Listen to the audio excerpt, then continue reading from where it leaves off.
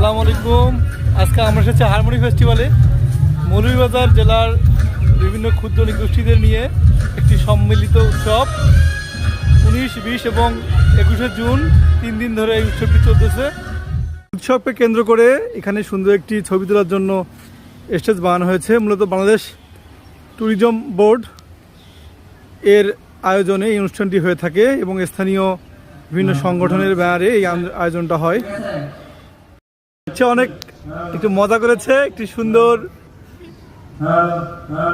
পুতুলের মাঝখানে ঢুকে খুব ভালো লাগছে তাকে, তাই না?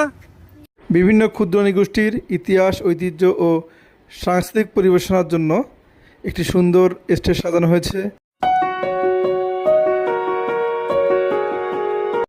তাঁতি নৃগোষ্ঠীর নিজস্ব একটি পরিবেশনা।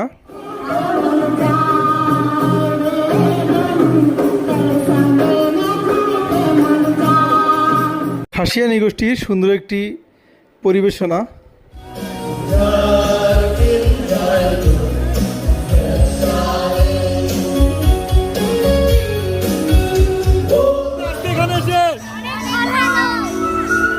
সাংস্কৃতিক অনুষ্ঠানের বাইরেও বিভিন্ন স্টলে ক্ষুদ্র নৃগোষ্ঠীগণ তাদের ব্যবহৃত ঐতিহ্যবাহী কিছু জিনিস এবং সরঞ্জাম উপস্থাপন করেছেন, সেগুলো আমরা ঘুরে ঘুরে দেখেছি।